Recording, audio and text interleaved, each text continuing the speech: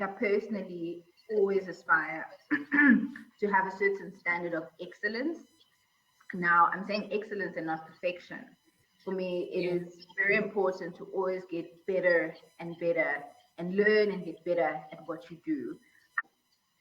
The first thing is life is going to kick you. Life is not going to be kind to you. It doesn't owe you anything. You have to kick back. And that's a simple truth. Life Mm. is a katela. You just need to katela it back. Hey guys, welcome to my channel. Hey guys, welcome to Authentic Conversations. These are Authentic Conversations with me, Noluthando. Today, my guest is Amanda. Amanda is a young lady making waves in the corporate space and rapidly climbing up the corporate ladder. She is a qualified chartered accountant, a mother, and an unofficial chef. And I say that, Amanda, go to you an unofficial chef because you're always posting food, hey? Like, I always posting food. I don't understand. I'm like, okay, so you are totally skilled to do everything. Think we should cover that today, hey? Yeah, look, let's just say I love food. I make time to make it. You can, though. Based on the pictures. I haven't tasted, but based on the pictures, No, don't tell people you haven't tasted my food. Tell them I'm an unofficial chef, Gunila, but don't tell them that you actually haven't tasted it. That's why you're unofficial, because I haven't tasted it, bro. You're not. So thank you for joining us today. So today's topic is balancing being effective at the workplace whilst maintaining a good mental health and physical health. And I thought it's important that I have you here today because I have never seen somebody who can sort of zone in and tune in and be so focused and get things done like you, bruh. And I thought, like, young black lady, um, we have a lot to learn from you. So that's why I deemed it very important to have you here. And I'll just like, before we get into the actual topic, just like for you to just introduce yourself. Who is Amanda? Where you from? Um, and yeah, and why the CA route? Okay. So I'm Amanda. I am a mom. I am a girlfriend. I'm a daughter. I'm a friend. I'm a sister. I'm from Durban, in Newlands West. That's where I was born and raised. And yeah, I mean, I am a chartered accountant by profession.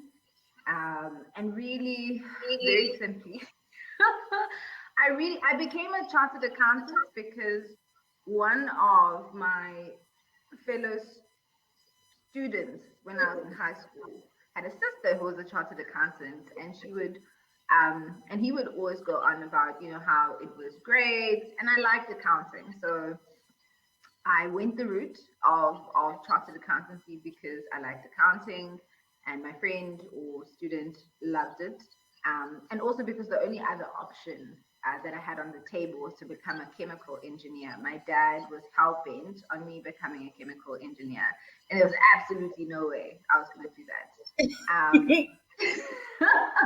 Thank God, I thought you were gonna say lawyer. I was like, don't you dare. No. So I don't know what it is about my parents, but my dad wanted me to be a chemical engineer. My mom wanted me to be a pharmacist. And if I'm being completely honest, none of those include me dressing up nicely for the office. So I was like, no ways. I'm going to be a slave. Yeah, and we all know most But yeah. When we think CA, we think money and it. We do. That's what we think. I don't know if that's the reality, but that's what we think. So yeah, like I guess your advice to the young girl out there is CA money, ne? As well. I mean, I can see that you're leaving that money part out of it. Hmm. I'm just managing expectations. Look, I think you you have to be a very focused person if you want to see the CA journey through. I won't lie, it's about resilience. Yes, you have to be smart, but I think the one thing that any CA comes out of the journey with is wow, I've learned hard work. I've learned how to be resilient. I've learned how to just power through some things. And so I think if I was talking to a younger version of myself or just a young person out there, is that being a chartered accountant is an important profession, and it is you will be remunerated well once you Yeah. get the designation. But Yeah. the journey to chartered accountancy is one that requires a lot of focus and support and resilience. So just make sure that when you start the journey, you prepare yourself for a ride. Yeah, and I think you're touching on a very important aspect there, resilience, right? Because I'm not a CA, but I've seen, especially during articles, you guys go through a lot, and it requires you to be good, sort of good mental space, or if you're not good mental space, to always kind of try and get yourself there in order for you to sort of make it across, cross that finish line and get your title. So I think that's very important. And I think also in terms of our topic today, it kind of makes me um, realize that choosing you is actually a good choice because you've been through a lot, hey? During articles as a CA. And so I guess now you have gone through your CA journey, you have gotten your designation. Um, what keeps you driven and focused? Like I said, like having the pleasure of working with you, I've seen your focus, your dedication, you're determined to do your work, to get things done. What keeps you going? So I think the major thing that keeps me going is um, the fact that I realize that the opportunity to play in the spaces that I play in, and this is quite personal to me, is not something that comes by very easily. And so I honor my role um, in my workplace. The second thing, which is quite close to me, is you know financial freedom, right? And not just for Yeah. me, but for my family. I think the one thing that we all recognize, especially as Black people, is that when you attain a, a designation or a profession, or when you become a lawyer or you become a doctor or you become a chartered accountant, it's not just you, it's your Yeah. family. And so I think the other thing that really keeps me focused, really keeps me driven, is that I do want to make my parents proud. I have a daughter, so I need to be a good role model to her, or I want to be a good role model to her. And I think that the last but not least part is my own personal goals and aspirations. I think I personally always aspire to have a certain standard of excellence. Now, I'm saying excellence and not perfection. For me, it Yeah. is very important to always get better and better and learn and get better at what you do. And that's not to get to a certain point or a title. It's something that's intrinsically important to me, but it also just links back to the other things that are important to me. So I think that's what keeps me focused. The other part is, just very practical. I love my life outside of work. And so Yeah. being at the office and making sure that I maximize the 8, 9, 10 hours to deliver on the best that I can keeps me focused at work to just do the job, do deliver in excellence, get to the goals, so that I can come home and relax, either read a book and have a glass of wine, or drink some tea, or go for a run, or cook, Yeah. So that's the other thing I think that helps me, stay focused, is that I just I want to live life in the words of Courtney Kardashian. It's my work is not my life. My work is part of my life, and so just that Hadida. So just making sure that I balance things out, and I remember where I come from, who the important people in my life are, and what's important to me. Mm. Um, yeah, I think that's very, very important. And so, how do you balance that? How do you ensure that you keep having a good mental health and physical health? I heard you speak about running. So, what practices do you do to make sure that there is that separation between, work, because you've been focused the whole day, making sure you maximize your time at work, and then coming home to sort of switch off? How do you transition into you know Amanda at home, Amanda at work? How do you maintain that balance? I think I've made peace first and foremost that I will not always have balance, right? So Mm, there are times where I'm needed more at home than I am at work. And so for me, balance is relative. Depending on what's important in the grand scheme of everything that's important to me, I make sure I'm fully present and I show up for it. I think in terms of of trying to maintain that separation on a day-to-day basis, um, I think I try to do it by just living life and understanding Wuti, I just have the day and I take each yeah, day as it comes, and I'm just very present. And I suppose I'm also just a little bit more kinder to myself. So if I don't reach everything I need to reach, doesn't mean I failed. It just means that maybe I need to relook at priorities. And that's just something I do across everything in my life, be it my relationship, be it my family, be it my mother, be it my work. I just don't panic too much about this kind of thing.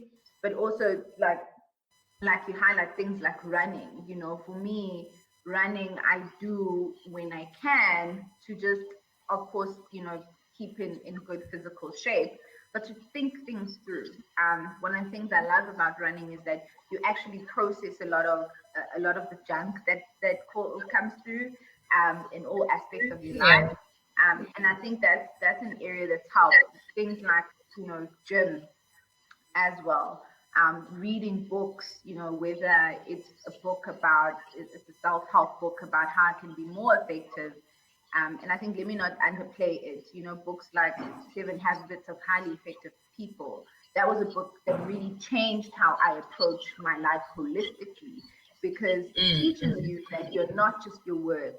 You're not just your money. You're not just your value is not just the money that you have in your bank account. You've actually got all of these other relationships that make your life really enjoyable. And so, what do you do to be present and show up in excellence for each and every aspect of your life? So, I think self-help books have helped me just become the Amanda that can switch off when I get home, and switch yeah, on. Well, switch off the work, switch on the other Amandas, and vice versa. I think books like that really help.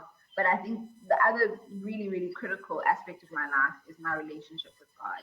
So, yeah, and Christ. So for me, that is the core of everything. So making sure that I'm making enough time for my spiritual self, and mm, pouring into my spiritual self, um, has been the most important and the foundational aspect of being able to play all my roles. yeah. Oh wow, that is fantastic, and you seem to sort of figured out how to navigate it, or how to, even though you don't call it balance, to me it does sound, like form of balance. But now, how would you advise somebody who suffers maybe from guilt in terms of, I can't switch off and focus on family because work is hectic. Um, I can't switch off and focus on work because family is hectic, and they haven't figured out how to create that, what is it, that transition, and acceptance of the fact that, okay, sometimes some days are not the same, sometimes work is more demanding, sometimes home is more demanding, but they have that sense of guilt, like, no, today, or most of the time, I have to focus on work. I'm not there for my kids, my spouse, and all of that. How would you advise somebody like that then to sort of get to a point where, um, even though there's no balance, there's a form of acceptance Mm. and sort of tools to navigate, tools that they can put in place when they see that, okay, now I need to shift and be more focused on ensuring that, I'm there for my family, I'm there for myself, I'm keeping healthy, also excelling at work, giving not giving substandard work, for example. So what advice would you give for somebody like that? Sure. So, okay, I'm gonna try to be concise because I think that's a very loaded question, Noluthando. I I think that's know, something right? that, yeah, I'm just like, I don't know if I can answer these, but I can share what I think fundamentally me. That's what I can do, and I think for me it was I just Mm, took a step back. My life was everything that you're saying now. I was more work centric.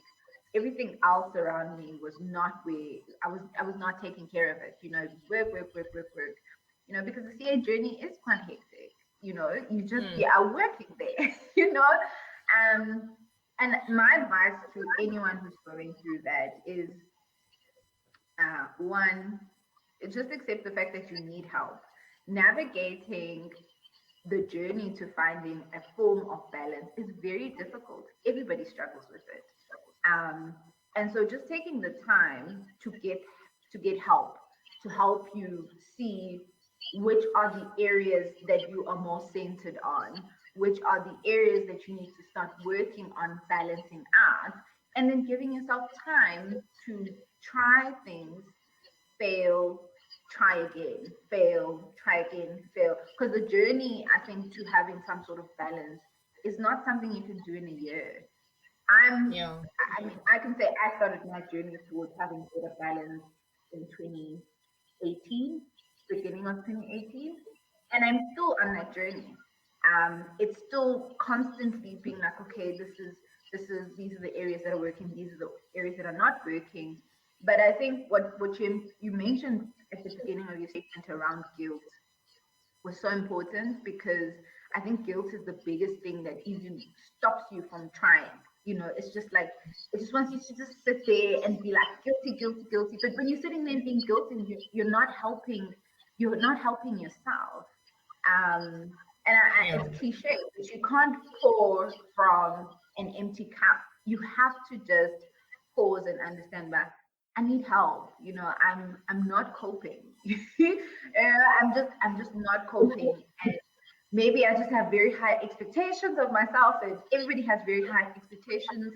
Um, and then you get to that point, and that's the point where you need to understand, where do you need help. So I think the other thing that I would mention is, your support structure is so important. Having a partner or friends, your Mm, girlfriends are like, they are gold. Your partner is also gold, but your girlfriends are gold. So if you've got a right, sort of support structure around you to call you out on your nonsense, to say, actually, Ray, yeah. that is, I don't think I align with that, or I don't know if, how are you thinking about things? Are you okay? Like, this can't continue like this. So I think, just taking the time even to look at your network of people that you do life with, and just understanding, are these people, adding, or are they subtracting, dividing, or are they multiplying me? And I think those are the little things that we either take for granted, um, and we stay in guilt phase and we never get to moving phase, because that support structure, and actually also taking a step back and saying, okay, I need help, is very, very Mm. important to start to get to a point of balance mentally, balance physically, balance, career wise, balance family wise. um, yeah, and I know the narrative at the moment is, to talk to a therapist or get a therapist. Some of us can't Yeah. afford that. So I would just say, so it just it depends on, resources. But I think just taking a step back and, getting help, whether you're reading a self-help book, Yeah. getting a title that can just help you start to unpack your journey and how you can get to better balance, I think is absolutely critical for a start. Yeah, and you touched on something very important there. Not everyone can afford therapy.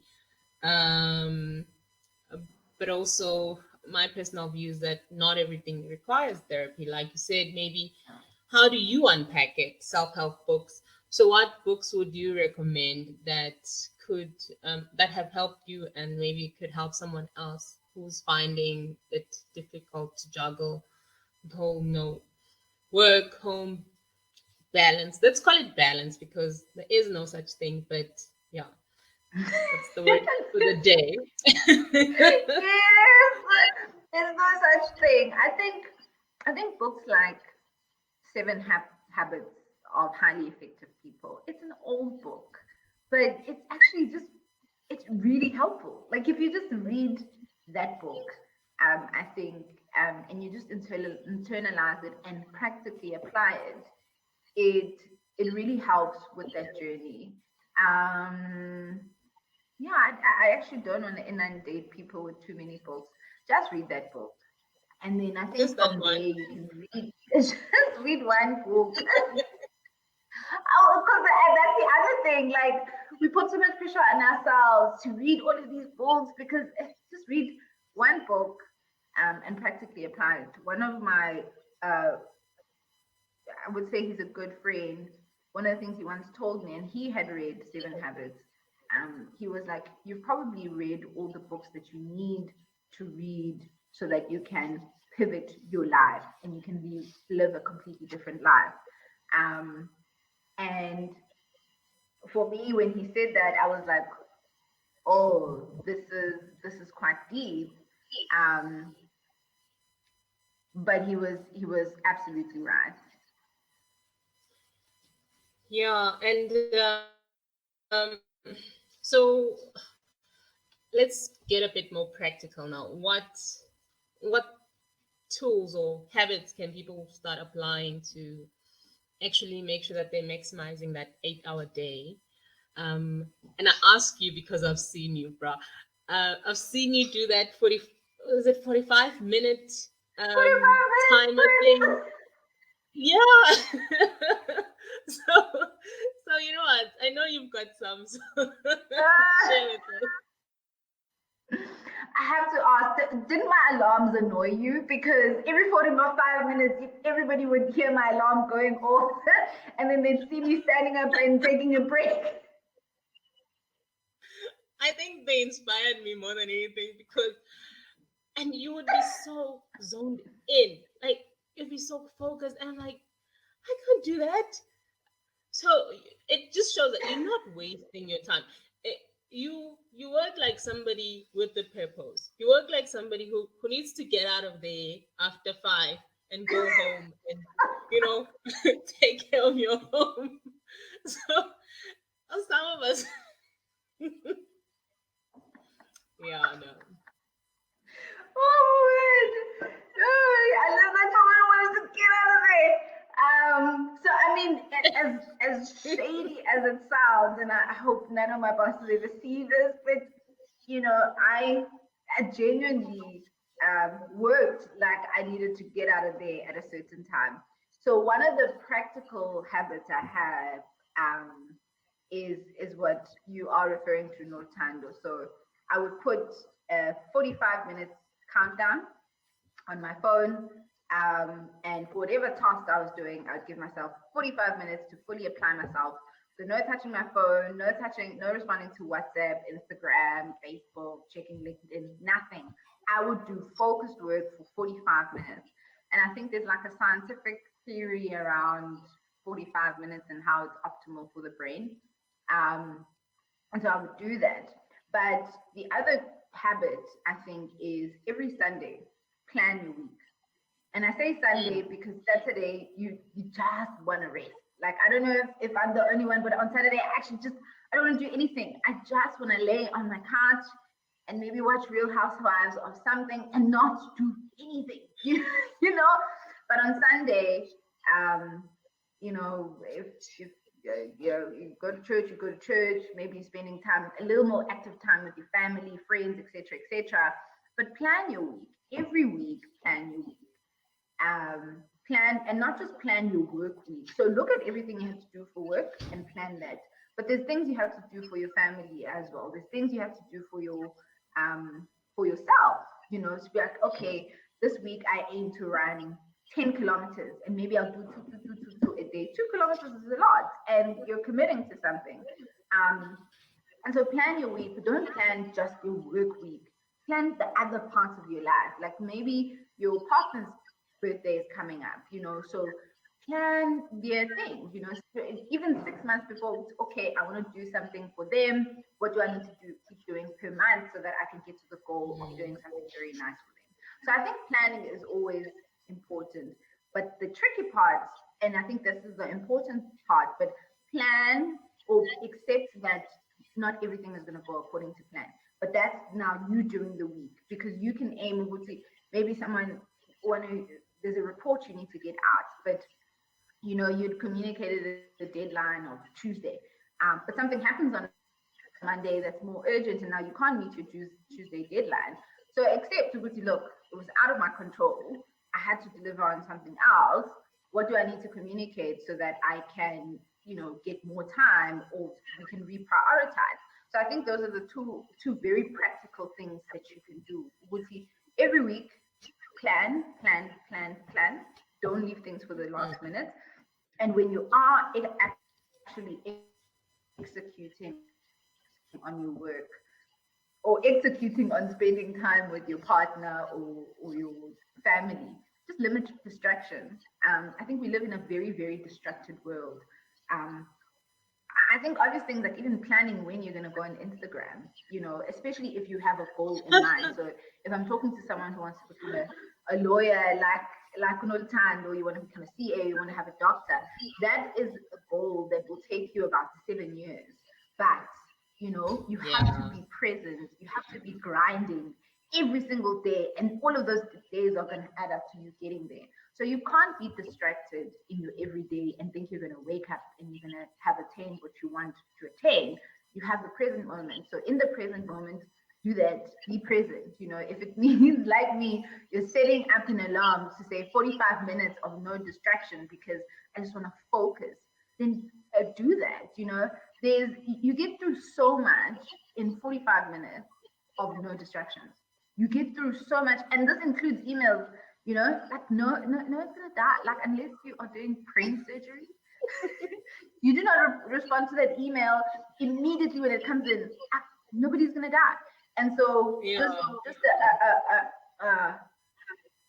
a recognition that you have the present moment and limiting distractions when you're executing on things, I think would be the practical things and planning, of course. And that is very hard.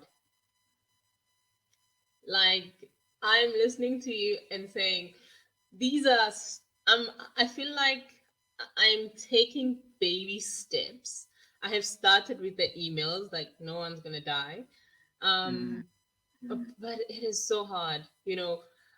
I think social media and checking your phone and the WhatsApp notifications and all of that is so much more exciting. You want to see what's happening in the world of Instagram or Twitter and all of that. So I don't think it's just me, but the zoning out for 45 minutes is very, very, very impressive. Um, and I like when I saw you do it, I was just like, yo, you know, that young lady there is boss, bro. Earphones on, distracted by nothing. Nothing. You're like, Amanda. Amanda's zoned out. So, you know, I really appreciate that, and I think it's quite important, um, because a lot of young people, right now, you're seeing a lot of issues around mental health. You know, depression, suicides, and all of that, right? And I do think one of the purpose behind such things is to like people. Such videos can be, you know, things that people go to find ideas of how to calm yourself down, how to balance that thing, because it's not like Amanda hasn't been where you are. You know, Amanda has just learned to cope, has learned to use certain tools to get to um, where she is, and she has found the ability to have a good mental health, you know, in the midst of being in corporate, in the midst of everything there is urgent. You know, people just like, everything is urgent, Amanda, urgent, urgent, urgent. So it's either you lose your mind or you figure out something to do that's going to help you, you know, remain who you are and also have a life outside of work. So I think that's very important. Um, and yeah, before we wrap this up, any words of encouragement and to young women, particularly looking at you and saying, "Oh, Amanda, CA," and you know, you seem to have got it figured out to some extent, you know, and finding that balance. What words of encouragement would you give somebody who's young? Um, let's just say it's just finished high school, wants to go the CA route or the doctor route or lawyer route, and they're not sure that they can cope with all the stress. So, two things, right? The first thing is life is going to kick you. Life is not going to be kind to you. It doesn't owe you anything. You have to kick back. And that's a simple truth. Life is a Mm. katela. You just need to katela it back. Um, and I mean, I was sitting, as you were asking me this question, I was like, should I say something philosophical or no? I mean, the reality is life is difficult. It's difficult whether you are born with is it a golden or a silver spoon? It's a silver spoon. Born with a silver Silver spoon. spoon. Yeah, right. Life will kick you whether you're born with a silver spoon, or it will kick you whether you are, born with nothing. I mean, you are living Mm. from hand to mouth. The level of kicking we can debate that, but life will kick you. What's important is that you kick back every day, and I think we see it so much now with the mental health issue. Every day is a fight. It's a war. It's a war between you and everything else that's happening in life. And so I would say life is going to kick you, but kick back. And I promise you, you have the strength to kick back. Just keep kicking, keep kicking. Find moments to rest and pour into yourself, yes, but keep kicking. And I think the second thing is be anchored. I think we live in an age where, you know, I don't know, just be, I don't know how I can put this, but and maybe not, let me not talk about age, right? But just be Mm. anchored in something. Um, for me, that anchor, I'll say it again, is God. And at Yeah. the end of the day, I'm like, when life has kicked me and I've kicked back and I've done all the kicking I can do, I just need to surrender. I need to surrender to the one who created it all. And I think that's so important to understand that there are things that you are concerned about, but you can't fix, and you need to surrender. So whether you Mm. are umuntu who believes in amadlozi or ancestors, kick back, but then surrender to them the rest of everything. If you believe in Christ, if you believe in, Hinduism or Buddhism or whatever, but don't run away from the fact that you have a responsibility and accountability to your own life to kick back. But there's just definitely a big part also that requires you to just surrender. And I think now, moving away from philosophical and to more to practical, get a coach, get a mentor. I think it's it's one of the things that are very underplayed. And when you're in high school, maybe your mentor just needs to be someone who just started working. It doesn't need to be an industry leader, but someone who's walked the journey, because they can practically guide you through, the things that you should be thinking about.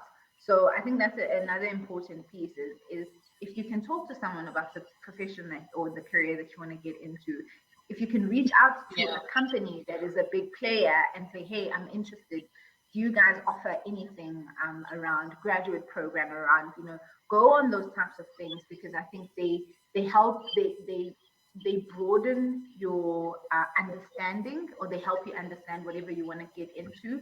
But also, if you can get into those spaces and try to get a coach or a mentor, someone who will practically hold your hand, I think that will also be very, very helpful. Yeah. No, I think no wiser words have been said today. So thank you, Miss Amanda. It was awesome. Yeah, so thank you very much for joining me today, and actually just, being authentic and sharing how you navigate this. Um, yeah, hopefully we'll have you again next time. Since I can see that you're so wise, and there's You so see, these much are the more. standards I kicked down. No, I'm not wise. I've just been going through Mhm, life. you are. Exactly. But the thing is, Nick, I feel we're going through like you just said that when life kicks you, kick back. A lot of us today are not about the fight. And I do understand that we're all going through a lot of issues, but the biggest part is we need to keep fighting back. And I feel like people are not fighting, and it's important to keep hearing people like you, especially the young ones, the ones I have younger siblings, and I know, oh my God, like these people are giving up very fast. Just like, no, I can't do it. I don't know how many times my own brother said I can't do it. I'm just like, you haven't even tried. So Mm. I feel like it's important for people like them to keep hearing that you need to fight back, um, keep hearing words of encouragement from young people like you who are fighting every day. So thank you for joining us, and thanks everyone for joining the conversation. Next time. Bye bye, Amanda. Bye. Bye bye.